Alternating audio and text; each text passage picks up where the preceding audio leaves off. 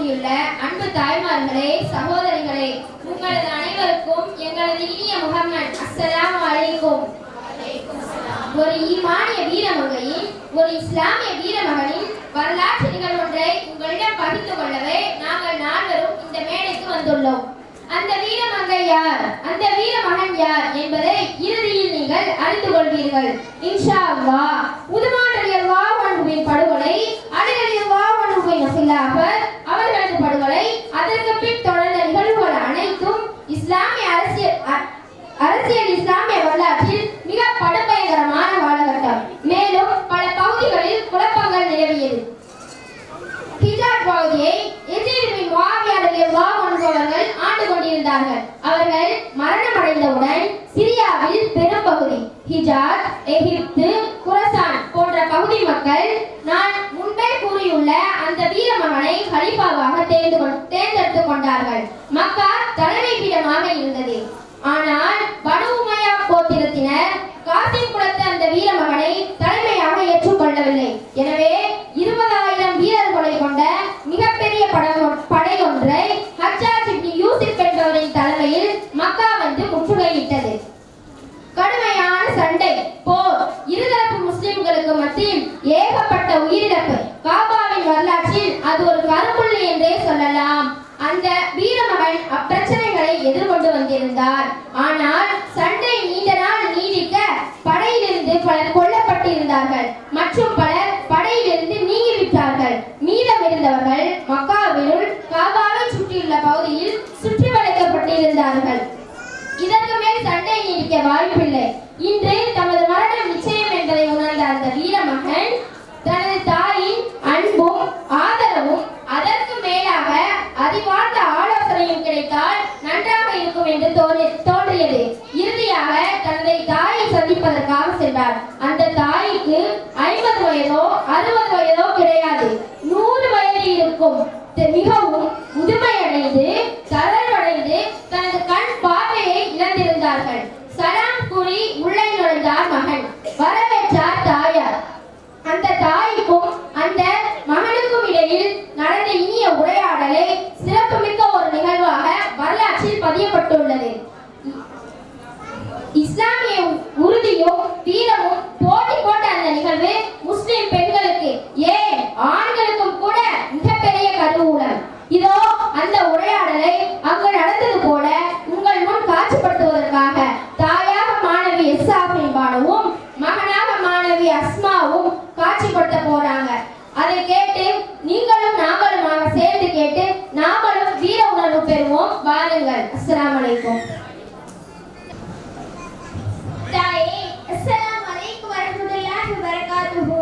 வஅலைக்கும் அஸ்ஸலாம் வரஹ்மத்துல்லாஹி வபரகாத்துஹு. ஹஜ்ஜாஜ் பின் யூசுஃபின் களத்திலிருந்து எரியப்படும் கற்பாறைகள் உனது வீரர்களின் மீதும் புனித காபாவை சுற்றியுள்ள பகுதிகளிலும் மழையால் பொழிந்து கொண்டிருக்கின்றன. மக்காவில் உள்ள வீடுகள் அதிர்ந்து ஆடிக்கொண்டிருக்கின்றன. இந்த நேரத்தில் நீ ஏன் இங்கு வந்தாய்? தங்களின் ஆலோசனையை நாடி வந்திருக்கிறேன். எனது ஆலோசனையா? எதை பற்றி மகனே? என்னுடன் இருந்தவர்கள் பலர் என்னை ஏமாற்றி விட்டார்கள். ஹஜ்ஜாஜ் மீதுள்ள அச்சத்தினாலோ அல்லது அவரது பதவி, செல்வம் போன்றவற்றில் பங்கு பெறுவதற்காகவோ எனக்கு அளித்திருந்த ஆதரவை விலக்கிக் கொண்டு என்னை விட்டு நீங்கிவிட்டார்கள். நமது குடும்பத்து உறவினர்களும் ஏன் பிள்ளைகளும் கூட என்னை விலகி சென்றார்கள். ஒரு சிலர் மட்டுமே இப்போது என்னுடன் இருக்கிறார்கள். அவர்கள் எவ்வளவுதான் உறுதியுடன் நின்றாலும் சொற்ப நேரத்திற்கு மேல் எங்களால் தாக்கு பிடிக்க முடியாது. இதல்லாமல் எதிர்த்தரப்பு தூதர்கள் ஆயுதங்களை கீழே போட்டுவிட்டு அப்துல் மாலிக் பின் மர்வானை நான் ஹலீஃபாவாக ஏற்றுக்கொள்வதாக வாக்களித்தால் நான் என்ன கேட்டாலும் எதை கோரினாலும் அளிக்க தயார் என்கிறார்கள். தங்களின் ஆலோசனை என்ன தாயே? மகனே, இது உனது விஷயம். உனக்கு எது சிறப்பானது என்பதை நீ மட்டுமே நன்கு அறிய முடியும். நீ நியாயத்தின் பக்கம் நிற்பதால் உறுதியாக நம்பினார். நீ எதை நோக்கி அவர்களை அழைக்கிறாயோ அது உண்மை என்றால் நீ பொறுமையிலும் திடமான உறுதியிலும் நிலைத்திரு. உன்னுடன் இணைந்து உனக்காக போரிட்டு மடிந்தார்களே, அவர்களின் நீதி நிலை பெற வேண்டும் என்பதற்காகத்தான் தங்களது இன்னுயிரையும் இழந்தார்கள். ஆனால் உனது மனதில் இருப்பது உலக ஆதாயம் மட்டுமே என்றால் நீ ஒரு மிகப்பெரிய இழிப்பிறவி. ரத்தம் சிந்திய உயிர் துறந்த உனது தோழர்களின் மரணத்திற்கு எந்த இல்லை. தாயே, எப்படி இருந்தாலும் இன்று எனக்கு மரணம் உறுதியாகிவிட்டதே, நான் என்ன செய்வது? அப்படியானால் நீ அவர்களிடம் சரணடைந்து உனது தலை வெட்டப்பட்டு பந்தாடப்படுவதை விட நீ தனி ஒருவனாக நின்று போரிட்டு மடிவதே மேலானது. தாயே, நான் மரணத்தை கண்டு அஞ்சவில்லை. அவ்வாறு நீங்கள் என்னை வளர்க்கவும் இல்லை. நான் வெட்டப்பட்ட பின் என் உடல் சிதைக்கப்படுமே, சின்னாபின்னப்படுத்தப்படுமே என்பதை நினைத்தேன். அதனால் உங்கள் மனம் சஞ்சலப்படுமே என்ற கவலைதான் என்னை வாட்டி வதைக்கிறது. தாயே, வெட்டப்பட்ட ஆடு அதன் தோல் உரிக்கப்பட்டால் என்ன, வெட்டி துண்டு துண்டாக போடப்பட்டால் தான் என்ன? அதே போல நீ மரணம் அடைந்த பிறகு உன்னை அவர்கள் சிதைத்தால் என்ன, சின்ன பின்னப்படுத்தினால் தான் என்ன? அதனால் ஏது உனக்கு வலியும் கிளியும்? தாயே, உங்களை என் தாயாக பெற்றதற்கு நான் நற்பெயர் பெற்ற மகனாக இருக்க வேண்டும். அல்ஹம்துலில்லாஹ். நான் என்ன நினைத்தேனோ அதை நீங்கள் சொல்லி என் காதால் கேட்கவே நான் இங்கு வந்தேன். நான் என் துணிவையும் பலத்தையும் இழக்கவில்லை என்பதை அல்லாஹ் நன்கறிவான். நான் சந்தித்துள்ள இந்த சோதனை பதவிக்காகவோ உலக ஆதாயத்துக்காகவோ இல்லை என்பதற்கு அவனே சாட்சி. எனது எந்த இறைவிதிக்கு தாங்கள் ஒப்புதல் அளித்துள்ளீர்களோ அதை நோக்கி செல்கிறேன். மரணத்தை நோக்கி செல்கிறேன். இல்லை இல்லை, சுவனத்தை நோக்கி செல்கிறேன். நான் மரணம் அடைந்தால் அதை நினைத்து தாங்கள் வருத்த வேண்டாம். தங்கள் மகனின் இழப்புக்கான சிறப்பான பரிசை அல்லாஹ் தங்களுக்கு அளிக்கட்டும். மகனே, உலக ஆதாயத்திற்காக நீ இறந்தால்தான் அதை எண்ணி நான் வருந்துவேன். தங்கள் மகன் அடைந்தே எத்தகைய தீமையையோ ஒழுக்கங்கெட்ட செயல்களையோ இதுவரை செய்ததில்லை. அல்லாஹ்வின் கட்டளைகளை அவன் மீறியதில்லை. யாருக்கும் நம்பிக்கை துரோகம் நிலைத்ததில்லை. முஸ்லிம் அல்லாதவர் எவரையும் துன்புறுத்தியதில்லை. இவை அனைத்தையும் தற்பெருமைக்காக நான் கூறவில்லை. எனது உண்மையான தகுதிகளை அல்லாஹ் நன்கறிவான். இந்த உண்மை செய்திகளை தாங்கள் அறிந்து ஆறுதல் அடையுங்கள். அல்ஹம்துலில்லாஹ். அவருக்கும் எனக்கும் உன்னை ஒப்பானவனாக ஆக்கி வைத்த அந்த அல்லாஹ்வுக்கே எல்லா புகழும். எனதன்பு மகனே, எனது அருகில் வா. இறுதி முறையாக உன்னை தொட்டு பார்த்து முகர்ந்து கொள்கிறேன். மகனே, உனது உடலில் என்ன அணிந்திருக்கிறாய்? தாயே, அதை கலற்றி போடு. ஷஹீத், வீர மரணம் அடைய விரும்புபவர்கள் அதை அணிவதில்லையே. தாங்கள் என்னை குறித்து வருந்தக்கூடாது என்பதற்காகவே இதை அணிந்துள்ளேன் தாயே.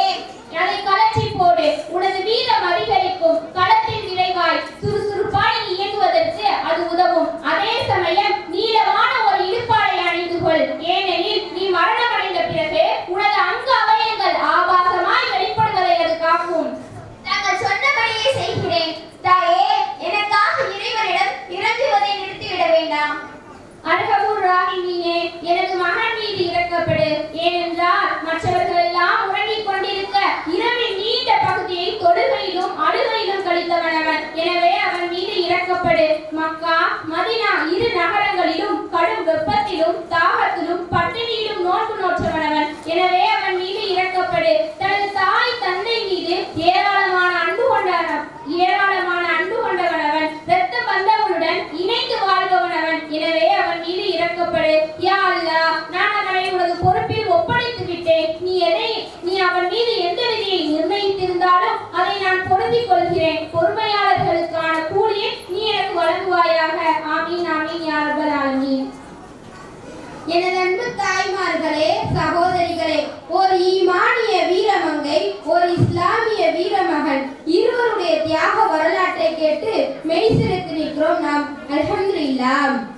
அந்த வரலாற்றின் இறுதியில் ஹஜ்ஜாஜ் பின் யூசுஃபின் படையால் அந்த வீரமகன் கொல்லப்பட்டு காபாவிலே பேரிட்ட மரத்திலே சிலுவையில் ஏற்றி தலைகீழாக தொங்கப்பட்டிருந்தது அவருடைய உடல். அதை மக்கத்து குறைசிகளும் மற்ற மக்கள்களும் பார்த்துவிட்டு கடந்து சென்றனர். இறுதியில் அப்துல்லா பின் உமர் ரலியல்லாஹு அன்ஹு அவர்கள் அவருக்கு அருகில் நின்று, வீரமகனே, உன் மீது சாந்தி உண்டாகட்டும் என்று 3 முறை கூறினார். பிறகு அல்லாஹ்வின் மீது ஆணையாக, ஆட்சியாளருக்கு எதிரான இந்த போராட்டத்தில் உம்மை ஈடுபட வேண்டாம் என தடுத்து வந்தேனே, அல்லாஹ்வின் மீது ஆணையாக, சமூகத்தில் நீ மோசமானவர் என்றால் இன்றைய மக்கள்களில் வேறு யார்தான் நல்லவராக இருக்க முடியும் என்று கவலையுடன் கூறி அவர் அங்கிருந்து சென்று விட்டார். அப்துல்லா பின் உமர் ரலியல்லாஹு அன்ஹு அந்த வீரமகனின் உடல் இருக்கும் இடத்திற்கு அருகில் நின்றதை பற்றியும் அவர் பேசியதை பற்றியும் ஹஜ்ஜாஜுக்கு செய்தி எட்டியது. உடனே ஹஜ்ஜாஜ் அந்த வீரமகன் இருக்கும் இடத்திற்கு ஆள் அனுப்பினார். பின்பு அந்த வீரமகனின் உடல் மரத்திலிருந்து இறக்கப்பட்டு யூதர்களின் மயவாடியது. பிறகு வீரமகனின் தாயாரை தம்மிடம் அழைத்து வரும்படி ஹஜ்ஜாஜ் ஆள் அனுப்பினார். ஹஜ்ஜாஜிடம் வீரமகனின் தாயார் வர மறுத்துவிட்டார். மீண்டும் தனது தூதரை அனுப்பி, ஒன்று நீயாக வருகிறாயா இல்லது உனது சடையை பிடித்து இழுத்து கொண்டு வரக்கூடிய ஒருவரை நான் அனுப்பி வைக்கட்டுமா என்று இருமாப்புடன் ஹஜ்ஜாஜ் கூறினார்.